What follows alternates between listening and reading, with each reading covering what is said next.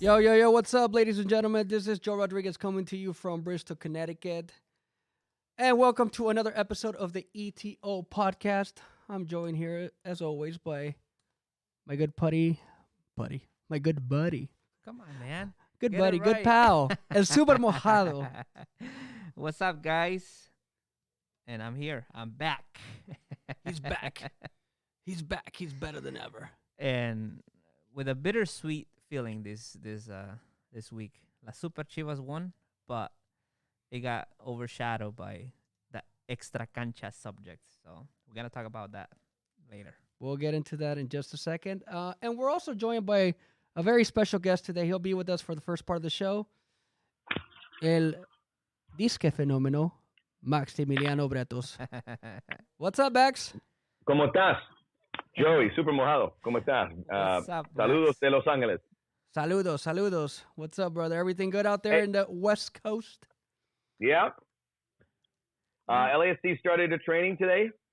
So it's good to know that everything's going to get kicking a little bit. Got to see some Liga MX this weekend.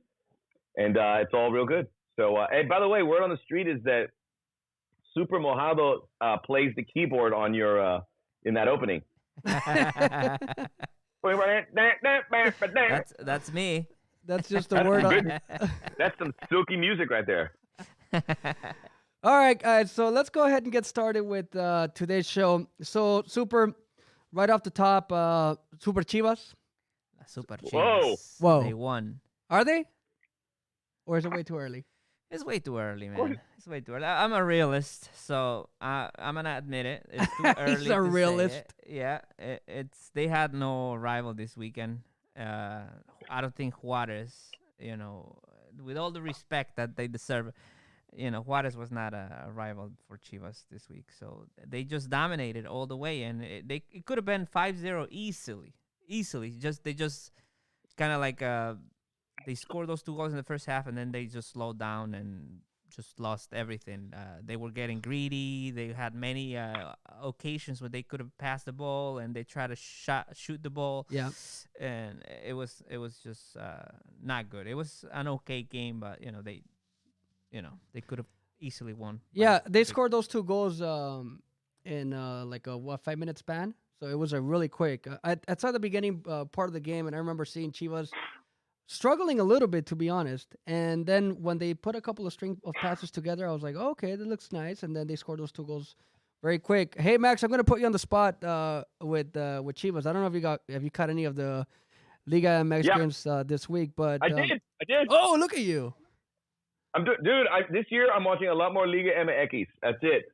There's too many connections to MLS. I enjoy the product, and it left me with such a good taste in my mouth after how Monterrey and America played in that final, and Monterrey doing so well. I mean, I'm all back in for Football Mexicano. It's good. It's a great product. Nice. That's good to hear, right? Yeah.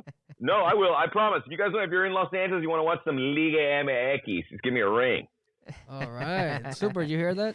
Well, yeah. Well, de ahora en adelante va a ser el Super Max Bretos. Yeah, he has to start watching. I saw bits and pieces of a few games. Yeah. Hey, so what do you know about Chivas and their acquisitions? They made a bunch of changes this offseason, and well, additions, we should say. Additions. Okay, thank you, Super. Additions. They made a bunch of additions to benefit the club. Ricardo Peláez came in there, and he definitely spent a boatload of money. Amaury Vergara opened up his wallet. But are you, not being Mexican-American, but being well in tune of the game, are you also a believer that if Chivas is doing good, it's a good thing for Mexican soccer, or is that only a Mexican fan thing?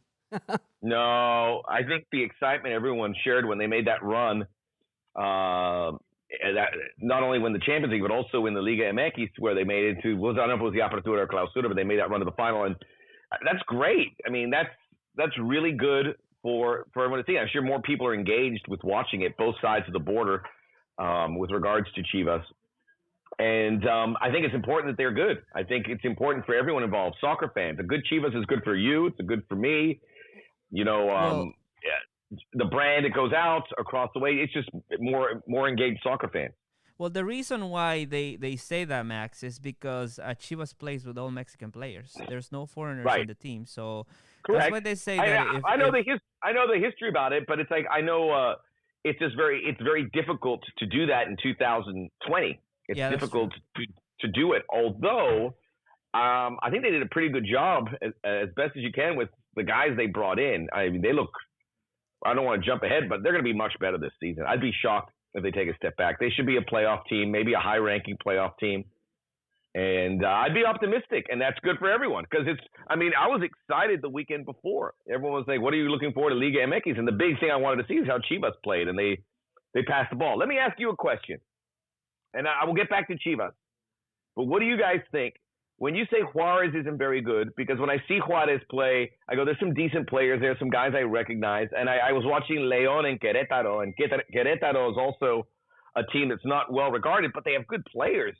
How bad are those teams at the bottom? Well, it's not like Veracruz last time out, but are those teams that everyone should beat, or do you think they'll get a few wins or compete for a playoff? Well, I mean, Juarez is a new team overall. They're but they have some money. Yeah, they're a new franchise, so it's gonna take a long time for them to get to where like Querétaro is. Querétaro is a lot right now. It's a lot. It's a better team because they have a great coach right now with Vucetich. And the project overall that they have done in the past few years is, they're bringing in players and they're getting to, to the idea of this Vucetich. That's how I think they're doing good because of it. Hold on, let me jump in, Max, really quick. And here's a way that I can probably explain, at least in my opinion, how I see these teams. I like to measure things in this aspect. So if we were to put, for example, a team like Juarez and any of the lower tier teams from Liga MX compete against some of the better MLS teams, I think most of the time, maybe 7 or 8 out of 10 games, the MLS teams will probably win. I'm talking about the top tier MLS teams. So the LAFC would beat Juarez, or who do you put there at the bottom? I mean, who's a team that didn't make the playoffs, probably not get there? Not Chivas. Chivas, I think.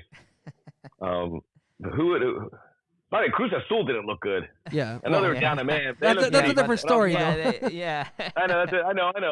That's like the curse of the Bambino right there. Right.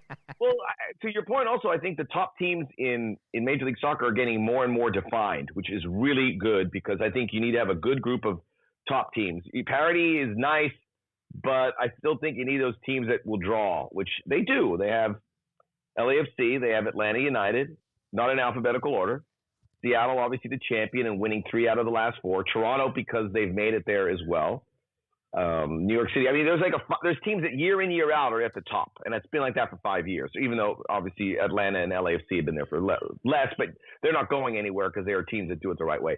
Yeah. So that top tier is better. Yeah. What I was gonna say, Max, too, is the thing about Liga MX, and for those of us who have followed it for many years, it's really difficult to say that it's a team that only the top teams like stand out, because it's a team that on any given Sunday, pretty much like the NFL, the best team, there's very, very few teams at the very bottom that probably cannot win or beat, some of the teams at the top. Because if you look at the teams from top to bottom. There's too much money. Yeah, exactly. Yeah. And if you look at the teams from top to bottom, there's a lot of teams out there that probably have a very good chance of winning again on any given Sunday, any given weekend. Any given Sunday. It's really true. I know it sounds a little cliche, but so then to that point, then I was pretty impressed with Chivas even more, because I think Juarez is a team that looks like could be relegated or is going to be there at the bottom. Yep. And they still looked okay. But Chivas were, I think obviously Jota at the top looked great. And he just looks, his position's clearly defined. You bring in the other two new attacking players off the bench, which is, you get them some minutes.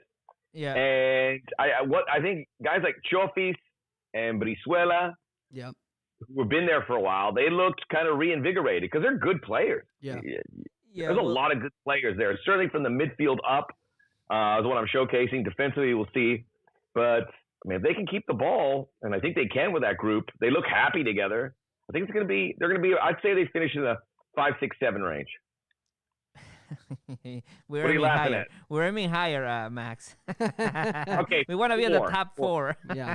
Well, hey, you can finish 8th and win finish 8th exactly. and win it. That's what Monterrey did. So the number 8 seed last season. So, but anyway, going back to, I mean, if you take a look at the list of teams, it's really difficult to say, or I mean, especially so early on, right? A lot of people maybe would have picked like an Atlas, and they won. To be at the bottom, that is. Cholos won. Pumas won. Atlas is a good example. Yeah, like these are teams that all were at the bottom, or like, at least at the bottom portion, or didn't make the playoffs last season. And they could very easily be in contention. And you know how it rolls. You can have a very good beginning of the season, but all it takes is an injury or two, and then boom, there goes the season. So well, that now that you say that, this is great for Chivas this year because now. Last year, you look at the bench if you got an injury and you had nothing. Yeah, now you have depth. If you get an injury, they could bring some good guys off the bench. That's what I'm saying. That's what I'm saying. Like most of these guys that came over to Chivas this year, they were all starters in their teams. Yeah, most of them were starters. Antuna played off the bench in this last game. Yeah, Chicote Calderon, who I was praising so much in the offseason, didn't even play. So that just tells you. The quality of players they have. But you know what? I so respect... when's they gonna have the victory parade in Jalisco? Well. No, Jalisco is long gone. Yeah. Jalisco is in Akron. So what? I mean Akron. I know Akron. I meant in the state of Jalisco. Oh, there you go. Much better. So La Minerva. so all right. Great. I love La Minerva. So now, okay, speaking of players that came in the offseason. By the way, can I say something really quick? Go ahead. If you're American and you want to visit and explore Mexico, I highly recommend Guadalajara. There's a lot of direct flights, easy to get around. Use Uber or Lyft. There's a lot of young students there, and they'll drive you around town. Great food and drink as well with the town of Tequila there. So you can have a great time and not spend a lot of money. All right, how much they pay for that commercial, Max? I don't know, but if there's I've been to Guadalajara 3 times in the last year, and I'm like, wow, this place is great. And the food is amazing. Don't forget to say that. I had last time I was there, it was like carne en su jugo. Carnes en su jugo. All right, man.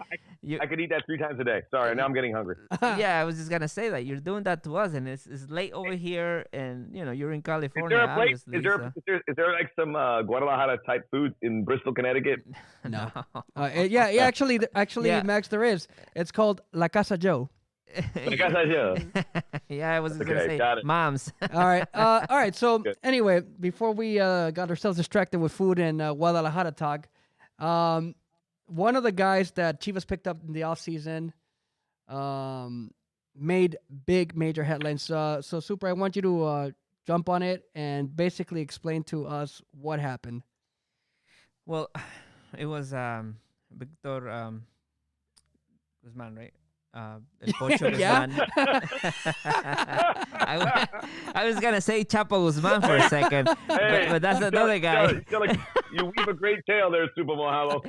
No, I was very disappointed. This guy, El Pocho Guzman, came from Pachuca, and he was supposed to be along with Macias. Oh, he's gone now, huh? Yeah, it was supposed to be along with Macias, like the best acquisition that they got this season, and that issue came out. Like now, still a rumor. What issue? So go ahead. Still a rumor. They started. Yeah, we don't tell everybody what happened. Yeah, they called it a family I'm sorry, a personal business that he had on Friday. But obviously with you can't hide anything anymore. They were trying to hide everything, and I guess he failed the drug test last year, last in while playing with Pachuca on a game against Querétaro. They do the random tests to the players, The doping and test? the doping test, and he came positive, and it's just a crazy story, man. There's so many like things to talk about. Do they know? Do they know what drugs it was? No, they didn't say anything about the substance, but what they said is that it was 7 months ago. It was 7 months ago, and like that's one thing. Like, how could you not know for 7 months that he came positive? And then another thing is that another thing that they said is that they had to do the test and send it to Cuba to get analyzed because they don't have an official lab in Mexico. In the whole country, dude. How the hell is that possible? How is that possible? You tell me. That's your país, brother. That's what I'm saying. That's how much wrong things that we can talk about just about this one subject, and you can just branch him off like to a bunch of different issues. It's like, how do you not have a lab in a whole country, like a country the size of Mexico too? It's not a small country, Yeah. And well, I mean, these are the kind of issues that from like we're always comparing Major League Soccer and Liga MX, and now they're both involved in so many things that we're going to see with the All-Star game and obviously the competitions that they all participate in. But there's one thing in Mexico where these things kind of come up where it feels like an antiquated way of doing things, or even what happened to Veracruz last season. And now, the way information passes, what happened with Rafa Marquez a few years back, where it was like things didn't add up. What if you have that kind of stuff floating around your game, it's going to keep you down a peg or two. And I think that's from perception in the United States, I think that's the one we get, that you want to see it, and not putting MLS on a pedestal here, but, they hit their bottom line and there's transparency with everything they do. We got to hear less and less things coming out of Mexico like that. Well, that's the thing, though. It's how do you stop that in a country like Mexico, that everything is covered like that, And I mean, just you cannot let this thing go for 7 months. I know it takes a long time to get like results, but not 7 months. They probably found out like a month later. Oh right? Yeah, they found out, and then this information wasn't. But then, who was like keeping? Well, they got it. Well, look, Liga MX and the powers that be have got to start really stamping down on that and have these rules and regulations in place. Yeah, because it's preventing this league from being, being considered, like when you say best league in the world or most one of the richest leagues in the world, you have obviously the Premier League, La Liga, and then the Serie A, Bundesliga, and then you can put Liga MX right there, at least play-wise, right after those big 4 or 5 leagues. But they can compete with them if they have this transparency, which they need to do it because there's a dollar sign attached to it. Right. And obviously, I think more stadiums get upgraded because the stadium situation is pretty bleak. And I think you just got to keep up with those. But I think there's money there to do that. And this league has such potential, but it's things like this that kind of keep it down. Yeah. No, I think you make a good point. And the other thing to point out is that now because of the situation, so the transfer of El Pocho is now annulled. So he's no longer going to take part. He's no longer going to be part of Chivas. That's still not official, though. That's still not official. That's the rumor that. Will he still be able to play? No, but he has to go back to Pachuca. That's what they're reporting. The rumor is that that he's gonna they're gonna annul the transaction. Pachuca has to give back all the money that he got. Right. He got for so that's what I mean. player. That's what I'm trying to say. They're gonna annul that. And I mean, but still, like I said, without an official statement from Chivas, everything like there's so much like stuff was said on social media, and it's just crazy. I mean, I understand like it's hard to come out and start talking when probably there's still like a lot going on under on behind scenes. They don't want to give like just information because this is not like something that just happened. Now it's an investigation and it's like, who was wrong here? Was Pachuca wrong? Was La Federación wrong? Chivas for not doing their homework? who is wrong here? I think everyone has a little bit of guilt in this situation. And It needs to be resolved. That's the bottom yeah, line. it's just crazy. I mean, Yeah, you can't have that hanging around. It's unfortunate because I think it puts the parking brake a bit on this Chivas situation. And you talk about, is there enough good Mexican players? Maybe there is. Maybe you can compete with Mexican players, but you need to catch these. You can't have this preventing you from doing your due diligence and signing this player and assuming he was going to be in your 11, and now you are parting ways with him. But now I don't know. However they phrase it. I think they were sack Victor Guzman for the doping test. Yeah, well, ¿Por qué te ríes? No, it's just like I said, it's you don't know if you should cry or laugh about this stuff, because it's like, how could that happen? And that doesn't even happen in La Amateur that I'm playing at, No, you're right. It's crazy, you got to pass a drug test for everything, and a professional player, can't do that. I think Max makes an excellent point though, as far as transparency. You got that goes. Right. The transparency that needs to occur, like all the corruptness and all this crap that just needs to be filtered out of Liga MX is important, because if not, you're absolutely right. They're not gonna be ever consider a serious league for top tier talent to ever want to go and play there. But they're already making strides by getting like again, guys like Iñak, Jansen, these European cats. But when shit like this happens, that's when it's like, do we really want to go there and deal with that kind of shenanigans? It's now the dark ages. It's it's Mojado said, it's the dark ages of how these things are handled, and like Pacto del Caballeros, all that stuff. Yeah, I was just gonna say that. Yes. What is this? These are the kind of things that you're like on the outside going, "What are you guys?"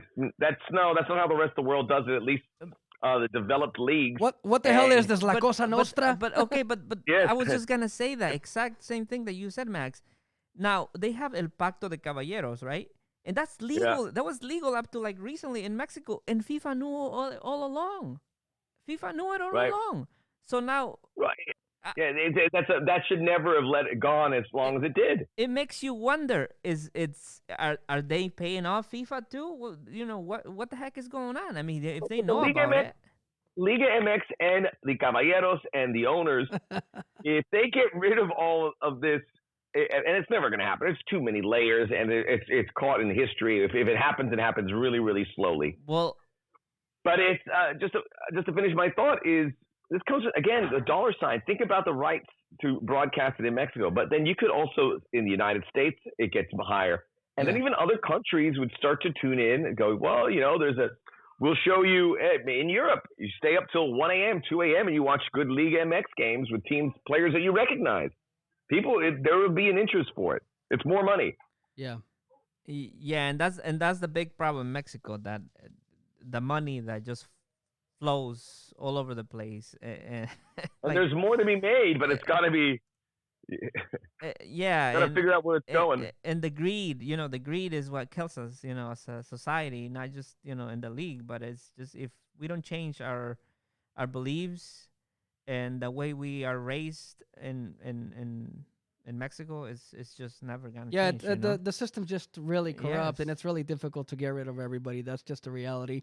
But it starts, one layer at a time. You just got to keep working at it, because if not, it's just like I said, it's never gonna pan out to be one of the leagues that like a top destination. There's a reason why a lot of more and more of these decent players are looking at MLS, but because they feel at least there's a little bit of integrity and the lack of corruption. It's a breath of fresh air. It's true. Yes, but it's not for like. I think it's just more about the MLS doing great things than what Mexico is doing or not doing. But when we talk about quality, when we talk about quality of soccer, right? When we talk about the quality, I don't think anybody right now, no matter what kind of argument they have, can say that as far as just soccer quality, MLS is better than Liga MX. Liga MX is still a better league overall as far as the quality of soccer. Yes. But once you get into everything else, like, the fundamentals, the training grounds, the money, the investments, the stadiums, the structure, the infrastructure and all that stuff, I think MLS is pretty much there, or in some cases even better than Liga MX. Well, and MLS can lure these players and they can lure these managers over there because of that, because you're just looking for the top players. And, maybe Miguel Herrera or Turco Mohamed, these are guys that want to come coach. Well, look at Diego. We were talking about Diego Alonso, who joined Miami, right? He just joined. And all these guys, when that community gets bigger, of guys that were in Liga MX and they spend time at MLS, Matias Almeida, and they're going to be going, this is really nice, man. I get a lot of power. I get a lot of clout. I get paid on time. My family is out of the limelight. Life's good here. Exactly. And, the Chicharito situation. We'll hear what Alan Pulido says. And then Vela, this is the only place he wants to be. He loves it. Hey, it's the perfect situation for him. Hey, Max, I'm gonna ask you a question really quick, changing the topic, because I know that you mentioned LAFC had their first practice today. What did Vela say? Did Vela say anything enticing? Well, he was asked a lot about. I haven't heard all the sound here because I was at the LAFC office. I'm going to go to the training tomorrow. But I know he was asked a lot about Chicharito and how good it's to be back and some CONCACAF Champions League. But he did say, the one thing he said, he goes, yeah, it's great that Chicharito's in the league. And, everyone's pretty close to their best the first time out. But it's they get to report to practice a week earlier than the other teams. The teams are in the CONCACAF Champions League, which includes LAFC. So, that's what their goal is. And now they got a chance to see what Leon, their first opponent, looks like. But it's going to be they want to squeeze the most out of this. So this is going to be a really good week for them. They're going to make the most out of it so they can be ready. And they'll have friendlies coming up, I think, as soon as next weekend. Peñarol, right? Yep. Yeah. And then some MLS teams will be coming in. Yeah. Cool. Hey, so really quick, going back to just to close out that the Pocho situation. So again, Pocho Guzman. the Pocho Guzman. And he had to have the last name, right? Yeah, exactly. What the heck? El Guzman. El Guzman. El sobrino del Chapo. Oh, shit. Is he really? No, he's not.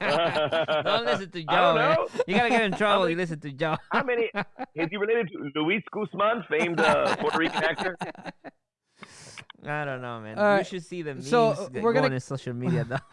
We're going to continue to watch that story to see how it develops. And, the moment that we get more information, obviously we'll keep you guys posted.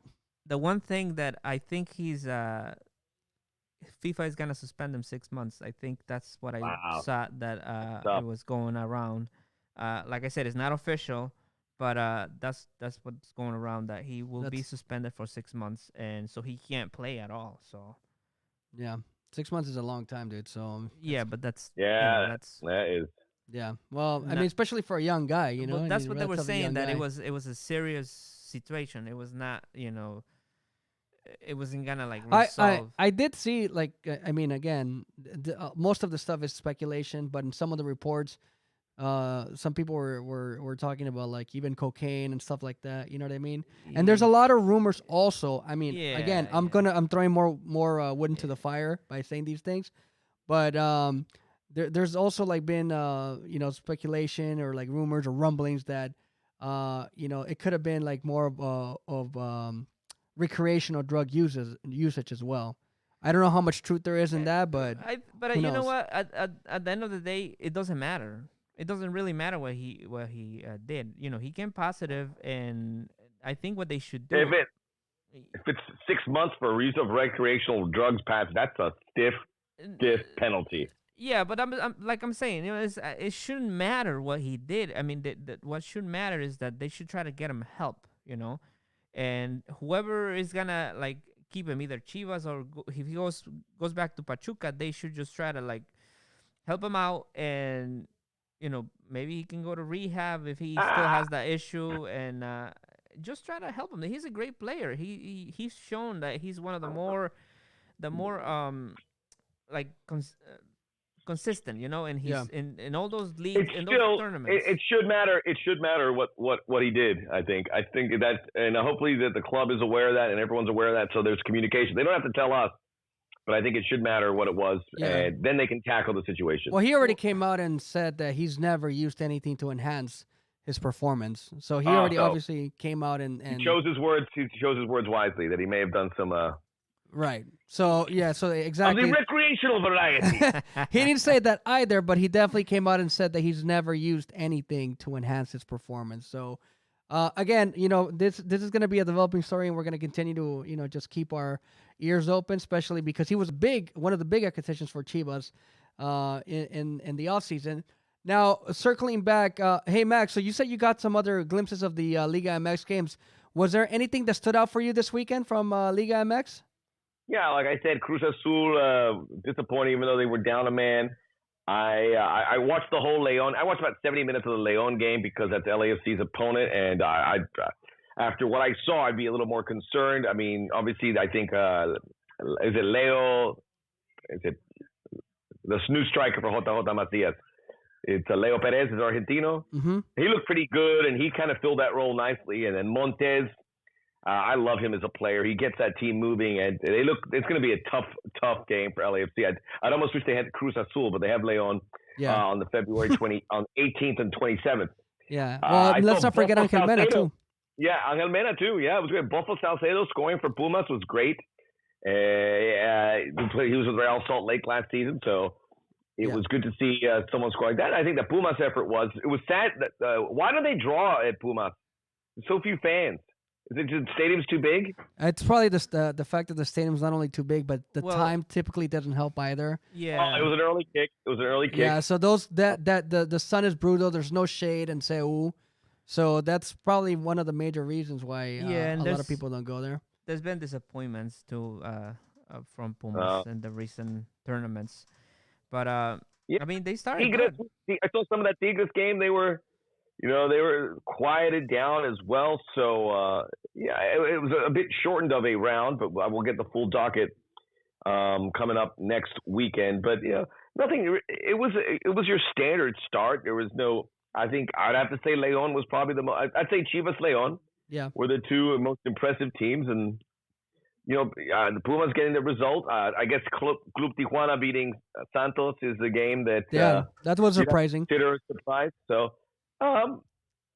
you look for teams doing well on the road, and Atlas was the one team along with Toluca to win on the road. So I think Atlas have to be. I mean, I think you said because Atlas is a team that hasn't had a taste of the playoffs. You win your opening game, all of a sudden you're like, you believe. Yeah. It was a unique circumstance with 10 games. So I think what you would see is that, the top and the bottom, there's not a big separation right now. No, we'll see how Monterrey they get in it. Yeah, and that's always seems to be the case in Liga MX. When you look at the top and you look at the bottom, again, the separation is very, very thin. And the other thing I wanted to bring up really quick was Club America. So they lost a lot of players this offseason. Do you make anything of them? Do you think that they're going to have, obviously, participation in Champions League as well? So there's an opportunity for them to meet some of the MLS clubs. How do you see them, Max, this season? Well, I loved Guido, and he was a beautiful player and such an important player. So with him going to Real Betis, that's big. And I think you have to wait so you see all the movements. What happens to Roger? What happens with his situation? I think we've been hearing he's going to be heading to Inter Miami, and they're working on it. It seems like that's the striker that they are going to get. I think it's going to be tricky for America as it stands, but they'll get these new players to start to contribute a bit. They've built a big unit where they were deep, and that's allowed them to be really successful in some of these playoffs, which I think will help in the CONCACAF Champions League as well. But I think it's good, although it could be a lot better. And I think we have to wait and see exactly what the final America 11 is going to be to start here in this tournament. Cool, man. In the Clausura. Well, it's going to be tough. I think Piojo Herrera has a lot of work to do. I mean, he lost over 50% of his team in the past 6 months. From people just Betis is trying to buy everything from America, and Porto are just destroying them. Well, hey, what was the transfer for Guido for Betis? It was like, I think it was like I don't think it was that. It was like 6 or 7. Yeah, I heard. I think it was 8. No, 7, 8. That's maybe, what I think. Yeah, no more than 8. Maybe he's a little bit older than your prime player, where these teams are trying to get guys when they're 18, 19, and you spend more money. But I thought they'd get a little bit more because he's so important to what they do. He's a great number 6. He does everything. But I guess America felt that they could find a good replacement. Yeah, they've been they've been selling their players very very good. So Yeah, they're getting rid of them. They're making the money that they need to make. I mean, who knows? I don't know how much they paid for Guido, but it seems as though like every player that they pay for, they're at least doubling their money. That's for sure. So it's a business at the end of the day, and you know how it is. Televisa definitely wants to make some money off their players, so that's what it boils down to. Hey Max, so we're gonna let you go, dude. I know that you were supposed to be on for only like 20 minutes or so. So it's almost 40 minutes now.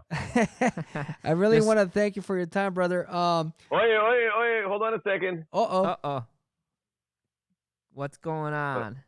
I thought that maybe the Chicharito story. No, it's not official yet. I just saw something that crossed my. Come on, man!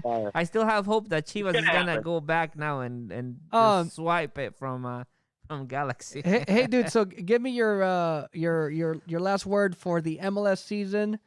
Just what are you expecting from it? Just in your final words. It's going to be broken up. There's a lot of international competitions that a lot of these guys with Olympics, Copa America, and some other things are going to be involved with. Being close to LAFC, I think they look great. They've kept it. They've kept this conveyor belt of young South American players. I love the Pulido signing as well. I think the investment in some Mexican players can only do good things exposure-wise and on the field as well. We have to wait on a few of these things. Assuming Chicharito goes, and we're hearing from like an hour ago the deal is done. So that's going to happen here at some point here, and that's great for them, and it's great for the signing as well. But I think we have a great group of coaches. When you add a guy like Thierry Henry and New York City, Ronnie Delia, who's a well-regarded Scandinavian coach, and then obviously some young American coaches there. Matias Almeida back for another season, Bob Bradley back for another one. It's going to be really good to see where these teams are going. They're investing in the coaching a lot, some good young players as well, but there's still going to be a couple shoes to drop here with regards to signings. I think Seattle's going to look great. Atlanta looks pretty finished. They got a few complementary pieces. And then I think Portland's one that we're still waiting on to see what they're going to do. New York City FC I like as well because I think they're going to be pretty much the same team. They just have to get it done for a new coach. And then, again, we still have a busy offseason. A lot of things are going to happen. So stay tuned because the offseason's become really entertaining for Major League Soccer. And this season, I think, will be right up there as well. Don't forget about Thierry Henry. Yeah, some big names. Oh, and I should say this, Inter Miami, I'm really curious to see it. I think they'll be good, but they want to be at the Atlanta LAFC level. They still have to show a lot more improvement. Yeah. I said Thierry Henry. Oh, he did. He's not listening to. He's not listening to you. Hey, Max. So I gotta ask you this one question: how big would the Chicharito Hernandez, or how big is Chicharito Hernandez arrival to LA Galaxy going to be? How big would that arrival of Chicharito? I don't think he'll close the gap. I think LAFC struggled with Zlatan because of the way he played.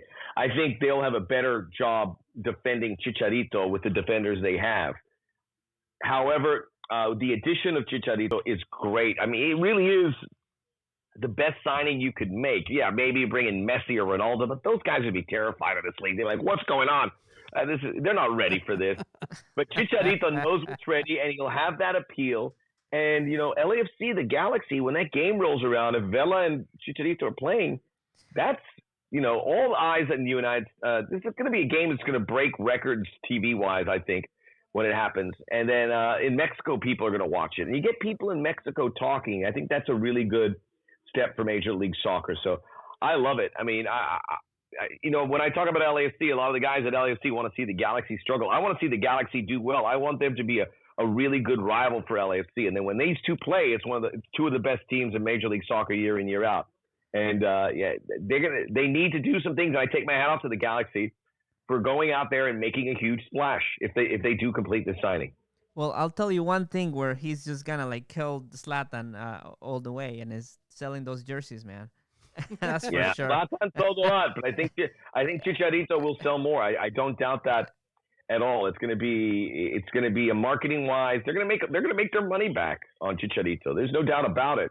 And he's great on the camera.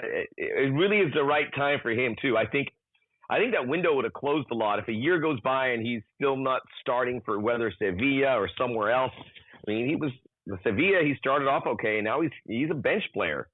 I mean, he's like third in the pecking order for strikers there. So if he wanted to make some big money, and hopefully he works really hard when he gets here, but he has an opportunity to become a huge star in the United States. Well, huge star, and he speaks English as well. It's as good of a signing that MLS could have, and it's a good sign for the league.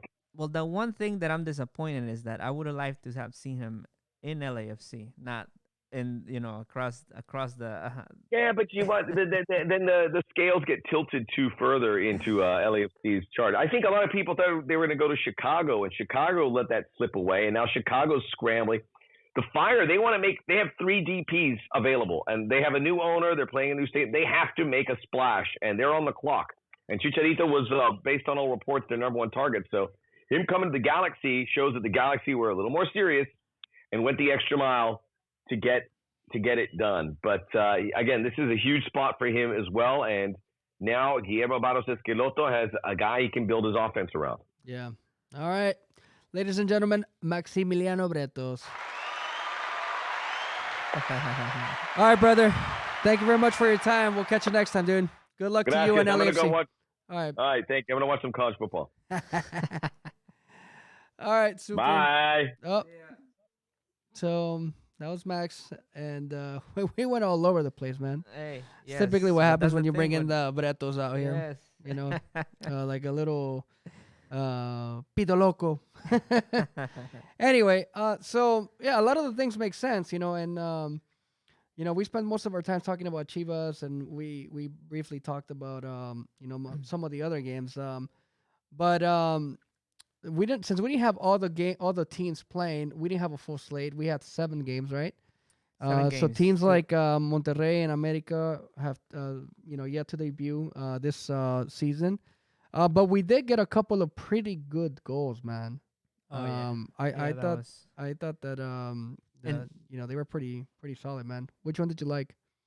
Well, obviously the Mauro, what's his name? Mauro Lainez, right? So that was a pretty good one. Elias Hernandez, that was an awesome goal, dude. He that was an impressive goal. And the one thing though that I got out of it this week is two canteranos were that score. The guy from Atlas and then from Pumas. The kid from Pumas, dude. I think that's the one that he came in.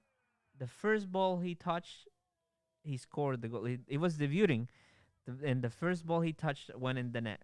So Yeah. How amazing is that for a young player like that? This Mauro Lainez goal was pretty good, like you mentioned. Right in the upper 90, and then this one by Sebastian Saucedo, which Max talked about. He was really impressed by this one too. Nice little cut, and then boom, beats the keeper. So pretty good performances by these lads, man. Oh, definitely. And I mean, Chivas didn't stay behind either. There were 2 great goals that they scored. One by Macias, Right. And I And love that one. I would have put that one in my top 3, but obviously this goes into into a pool. Yeah, so yeah. But I think This the Elias Hernandez movement- one was good too. Yes, That was a nice crack. Actually, that was my favorite goal. yes, mine too. That was a Mine, and a then very very good goal from Elias Hernandez. But going back to the other ones that you talked about, I think the one from Alexis Vega, that was not bad. But what I really liked about the JJ Macias was the way that he placed it. Yes, like it made it look so easy, dude, so easy. And believe me, I've been in the field, and it's not. I a lot of times I've seen myself do that same play, but it does not come out that way. Yeah. So- I think a lot of us are in that same boat. All right, so let's go ahead and move ahead, Super, for the last 10 minutes of the show that we have. Looking ahead this weekend for Chivas, we want to see. Well, basically, the big question is, do we get to see a repeat for Chivas? I think Pachuca lost their first game, so and Chivas, they just have a great team, dude, and they have like still players that are not didn't debut yet, and it's that people want to see, like um what's his name? Now I was gonna say Pocho now, but now never mind. Pocho is long gone. No, the guys from Necaxa. The guys from Necaxa. I think the only one that debuted was Angulo Yeah. and El Chicote Calderon. Everybody is waiting to see him, and I mean, I understand Luis Fernando Tena the way that he just put the same guys that He's used to. He's that familiar he with. used the last season, but Chicote Calderon is gonna be one of his starters. So I think we definitely gonna see him in this game. Yeah, for sure. I truly was surprised that he didn't even come off the bench. But I figured maybe he saw that they were in control. They were winning the game. So why risk him? That's kind of like what I was thinking. But Yes. Yes. in the other hand, I mean, he did give Antuna an opportunity to come in. I was happy about Well, that. the three substitutions were like the new players. Right, so, right. And you only have three substitutions. So. Right. That's a problem Pretty also sure. with soccer, right? That you only have Yeah. the three subs. But anyway, I agree with you. I agree with you, and I've been praising Chicote, and I'll continue to praise him. We'll see like how he ends up performing once he gets on the field. Yeah, I just hope that they stay with like calm and not get too desperate, and too upset about not playing because eventually, I think they're better players than some of the guys that they're there, but it's the other guys are not doing too bad either. If Yeah. you keep winning, why would you change things? Yeah. Again, so this is just the first game. It was against Juarez, and speaking of Juarez, Juarez is going to be taking on Pumas in a little shocking, I guess. I don't know if I'm using the right word, but I guess more unusual. There you go. That's the word I wanted to use. Unusual date. They play on Thursday. So I'm not sure why. Maybe I could have asked what's his name, Luis Perez. Why Juarez is playing on a Thursday night. So that's kind of interesting. Yeah, that is very interesting. Yeah, so they're gonna be playing on Thursday, and then Friday there's two games. You have San Luis against Cruz Azul, and then you have Atlas against Pachuca, and then America and Monterrey both make their debut on Saturday. America's gonna take on Tigres. They're gonna be playing in El Volcan, and then on No, I think no, they in play Azteca. in Sorry, they Azteca, play in yeah. Azteca, and then Monterrey is the one that plays at home. Yes. Monterrey plays at home against Morelia. Yep. So that's gonna be another interesting matchup, between Monterrey and Morelia. So I kind of like that one. That should be a good one. Yeah. Although And Chivas will go to Pachuca and on Saturday also, and then on Sunday we have Toluca Necaxa and Querétaro Tijuana. what's the best matchup of the weekend? What do you think is the best matchup of the weekend right now? At Well, least on paper, it's I know it's hard to tell because the standings are relatively fresh, and we haven't seen all the teams yet. But on paper, which one's the one that stands out the most? Well, America Tigres? Tigres, you Yeah. know, it should be interesting to see Piojo's team. Like we've been talking about that he's been just losing players, and he hasn't been at getting a lot of them. Just very few, very Yeah. few. So I agree with you. That's a good matchup to watch. But the other matchup that's probably going to be one important to keep our eyes on is going to be Santos against León. I'm curious about that one because I want to see how Santos is going to react after losing to Cholos. I think most people in our little poll ended up picking Santos significantly to beat Cholos. But anyway, so they ended up losing, and then León obviously ended up winning their matchup. So I think that's the game that I'm really looking forward to seeing. That's the last match of the weekend, by the way. And we've been talking a lot about Chivas. I think we're gonna get hammered if we keep on going with Chivas. So there's a couple of like pretty decent matchups. But Monterrey. The reason why that one is interesting also is because again the Morelia factor. Morelia played really good last season, but they did end up losing this last week. So there's just again always so many storylines, just surrounding Liga MX. And then what I wanted actually to circle back a little bit, and Fernando Garcia actually sent a message. I don't know if you saw this, but he mentioned the VAR, and he got me thinking. What happened to the VAR? Like, is the VAR like officially kind of like here to stay, and we're just gonna have to like deal with it, and we just should not care about it too much? But because he did point out a couple of plays. I think there was like a red card that they wanted to check out or something like that. I can't remember off the top of my head which one it was, but he said that they wanted the ref to check out the red card, but they didn't.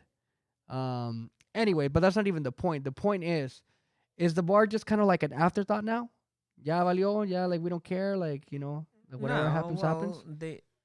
they have to keep it. I mean, I know obviously people are not everyone's gonna be happy. If your team loses, then obviously, like America, everybody's been saying, oh, they didn't call a penalty kick in the final, and that's why, the referees are not going He got to. suspended for like 4 games, right? Yeah, so it's like everybody makes mistakes, and I didn't see any plays that were like deserve of like going to check to the bar. Like I don't think there was a penalty kick in my opinion. Again, everybody from America is just gonna come, gonna try to kill me now, but from saying this, but no, it's just the way it is. I mean, we just gotta take it and take advantage of it because it's a good thing to have. Technology is obviously it has to get better, and the referees have to get better, train better, and it's a great thing to have, man. Yeah, I think you're right. I think the technology is something that is definitely going to help us out. At least get the better calls at the end of the day, because that's what we want, right? We want to make sure that we don't get any more mano de Dios or any of those like other infamous calls, right? So I think at the end of the day, that's just kind of like something that benefits, the game, and as long as I it works, know as long as they get it right. the problem that many people have is that they say that it just takes too long. It takes too long. They waste so much time going back and checking plays, but it's just gonna get better and better the more you keep it in practice. And obviously nothing comes like nothing new comes like, oh, it just here and it just works magically. Like 100%. So obviously you got to put your time in, and you got to make mistakes along the way, and you can't give up. Yeah, no, you're right. Um, how disappointed or how happy were you overall with this weekend in the league? Were you happy by it? Did it feel like it's back, or did it feel like a little like on the Oh yeah, Because a lot of the Americanistas will probably say like, oh yeah, porque el América no jugó por eso. valió." yeah, but they lost the final, and La 14 se les fue, and it's gonna be a long time before they get that 14, man, because I don't see them this year getting them. That's for sure. Until with all those players leaving the team, I think it's just gonna like it's gonna take a long time for Piojo to get another team and like get them together, to play for them to play good the way he wants it. He had a lot of players and he had them for a long time, and that's how he confirmed a team that play well. But now he has to put a lot of work into it. All right, Super. Uh oh. You know what time it Uh is. oh. Yep. El mago. So here's my mago take of the day. As we get ready for Chicharito Hernandez to come over to Major League Soccer and to take the next step in his career, there's going to be a lot more influx of fans flocking over to MLS. And there's going to be a lot of ex-Chivas fans or current Chivas fans who are going to be now rooting for the Galaxy or rooting for Chicharito. There's going to be some Americanistas who are now going to be hating the Galaxy. And the biggest thing that's going to happen here, though, is that if Chicharito, or when Chicharito, I should say, ends up making his appearance in Major League Soccer, it's going to be a great thing for soccer in the United States. Max Bretos mentioned this earlier. Stadiums are going to be sold out. Everybody's going to flock over to see Chicharito because he's just a marketing phenomenon. He was able to use his skill, use his charisma, his personality to build exactly that, a personality that people love to see. I still remember that when he made it to Manchester United, there was a little girl that made a little peace song based on Let It Be from the Beatles. That was an internet-wide sensation. But again, the reality is that Javier Chicharito Hernandez coming to the MLS, it's a great thing for all of us who are soccer fans here in the United States of America. And if anybody out there is hating on Chicharito, you better get off that hate wagon because you're just not going to be able to enjoy that haterade. All right? That's just the bottom line. Super, I know that you are really, really excited about Chicharito coming over. And please tell me that you are in agreement with all of us that Chicharito coming to the U.S., it's a great thing for soccer in this nation. Definitely, Joe. I think it's time. I mean, Chicharito's a great player, but he just had a tons of he has the last few years they just been bad for him in Europe. You know, I know he has a lot of talent and I know he can compete, but there's something that he just doesn't, like gets that coaches there, the coach's attention. I don't know why. If he just like the West Ham decision, to me that was the wrong decision. I would have stayed in Leverkusen because I think that was his best decision going to Leverkusen. That was his best I'm gonna say that his best years were in Leverkusen. I know he had good appearances with United. Yep. He scored a lot of goals, but Yep. also, who doesn't score a lot of goals in United, when you have a great team. And he came at a time where the United was doing great. They won a champions and they won the cup. Yeah, they were all kinds of winning trophies, everything. yeah. So obviously, he was gonna do good at that time. But then when he went to Leverkusen, he did really well, and he was a starter and he scored tons of goals. Yeah. But then after that, man, it's just I think it's time, and that's you the wanna point, right? come here, yes. That's the point. It's time. Yes, it's time. And if he waits too long, he's not gonna get an offer like Right. the ones that Yeah. he's getting. Just take the money, now. come Yeah, home, just come be over closer. Here. Yep. He should take like the example of Bella.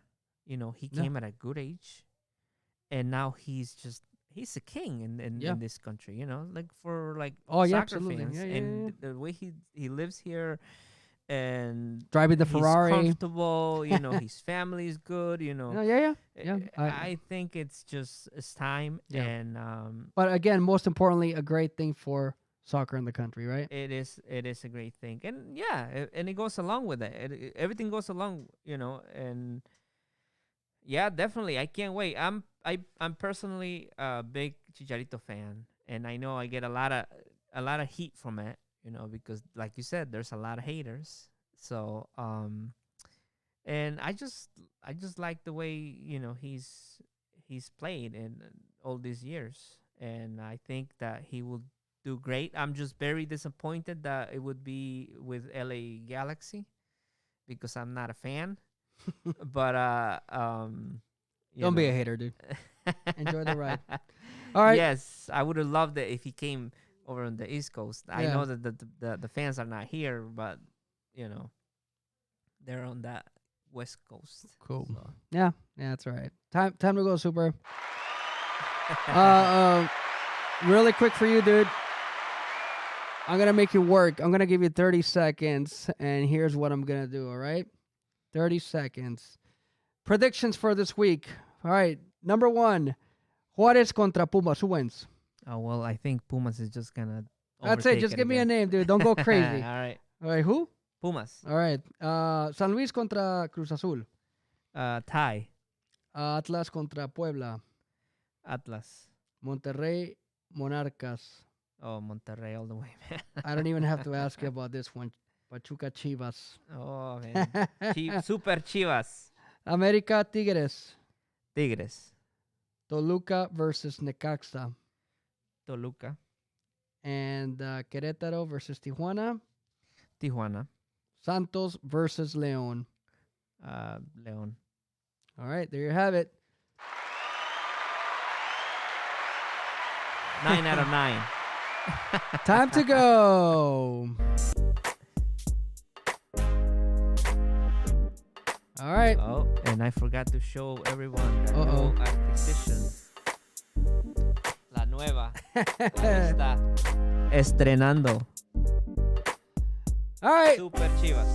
So there you have it, ladies and gentlemen. That's another episode of the Eto Podcast. This was episode número 32. We've been doing so many. We love it. On behalf of Super Mojado, Max Bretos over in the West Coast, I am Joe Rodriguez. Thank you very much for tuning in. Until next time, nos vemos.